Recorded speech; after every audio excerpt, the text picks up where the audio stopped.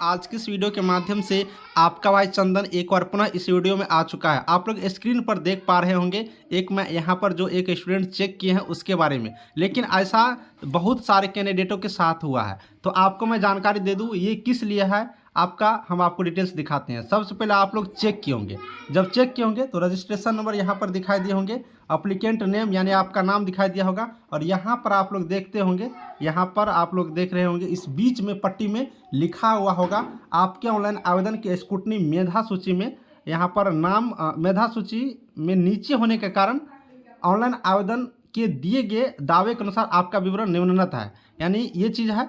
उसके बाद आप डेट ऑफ बर्थ, जेंडर, सारा चीज़ यहाँ पर देखे होंगे, और यहाँ पर देखे होंगे टोटल कंबाइंड मार्क भी दिया गया है। और एक चीज़ और नीचे में आप लोग देखिएगा, यहाँ पर स्क्रूटनी के पश्चात उक्त विवरण में संशोधन संभावित है।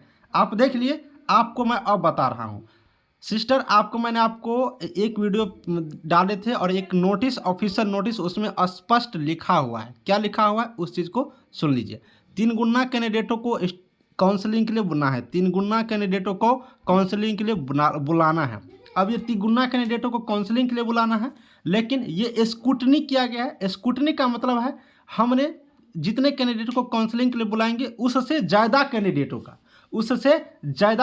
का, यानी कि 10,709 सीट है, इसके तिगुना कैंडिडेट का अगर बात करेगा तो 32,127 कैंडिडेट हो गया। इतना काउंसलिंग में बुलाएंगे काउंसलिंग के लिए, लेकिन स्क्रूटनी जो किया गया, स्क्रूटनी के लिए जो मेधा सूची तैयार किया गया, ये 3 गुना से ज़्यादा कैंडिडेटों को किया गया। तो अप्रॉक्स यहाँ पर 33 से 34 हज़ार कैंडिडेटों को स्क्रूटनी किया गया।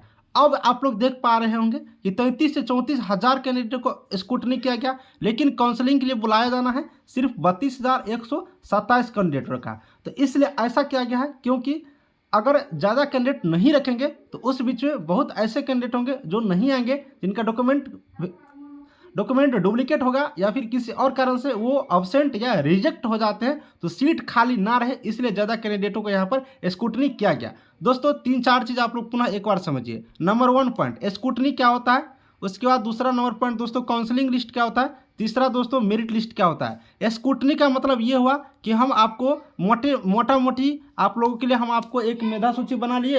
अब इन मेधा सूची में जो जिनका डॉक्यूमेंट सही होगा उनको हम काउंसलिंग करवा लेंगे, और जिन कैंडिडेटों को काउंसलिंग में आएंगे और सारा चीज़ सही रहेगा उनमें से हम छांट करके एक मेरिट लिस्ट बना लेंगे। उसके बाद मेरिट लिस्ट बन गया मतलब आपकी फाइनल यहाँ पर हो चुका। तो यही चीज़ है, ये पूरा प्रोसेस ये स्क्रूटनी वाला है। अब स्क्रूटनी का मैं इसलिए बार बार बोल रहा हूँ चूंकि दोस्तों यहाँ पर स्पष्ट लिखा हुआ है कि स्क्रूटनी के पश्चात उक्त विवरण में संशोधन संभावित है, यानी कि दोस्तों स्क्रूटनी के लिए आपने जो आपत्ति दर्ज कर रहे हैं, इसमें क्या होगा कि सारे स्टूडेंट आपत्ति दर्ज करेंगे, पुनः सारे कैंडिडेटों को देखा जाएगा कि जिन कैंडिडेटों का सारा चीज़ सही है उसमें से जिनका मार्क अच्छे होंगे सिर्फ उसी कैंडिडेटों को काउंसलिंग के लिए लिस्ट जारी किया जाएगा, सिर्फ उन्हीं कैंडिडेटों को डॉक्यूमेंट वेरिफिकेशन के लिए बुलाए जाएंगे। तो दोस्तों आप लोग घबराइए नहीं, ये आपका फेलियर वाला लिस्ट जरूर है, आपका जो फेल हो गया इसका इंडिकेशन ये लिस्ट जरूर कर रहा है, क्योंकि स्पष्ट लैंग्वेज में यहाँ पर लिखा हुआ है स्क्रूटनी में मेधा में नीचे होने के कारण नहीं किया गया है।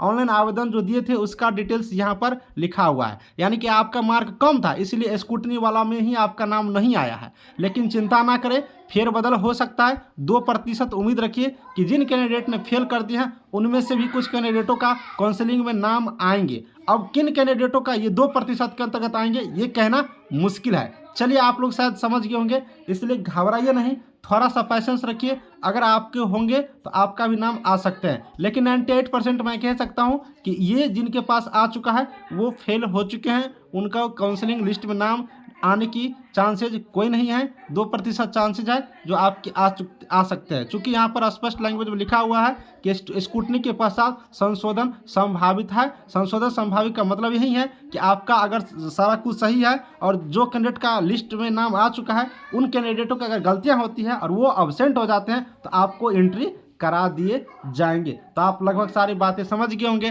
घबराइए नहीं। एक बात और मैं जानकारी दे दूं कि अभी नई वैकेंसी आने का बछौर लगा हुआ है, मेरा कॉन्टैक्ट नंबर दिया हुआ है ना, उस पर कॉन्टैक्ट करिए, PDF लीजिए, खरीदिए, पढ़िए। कहीं दिक्कत हो तो हमसे डायरेक्ट कॉन्टैक्ट कीजिए और सारे सॉल्यूशन करूंगा। और नई नई वैकेंसी की तैयारी अभी से करने के लिए बेहतरीन तैयारी करिए। और सब्जेक्ट की क्लास में अब फिर से एकदम होली के बाद शुरू कर रहा हूँ। चलिए वीडियो को समाप्त करता हूँ, कैसा लगा होगा कमेंट में बताइएगा।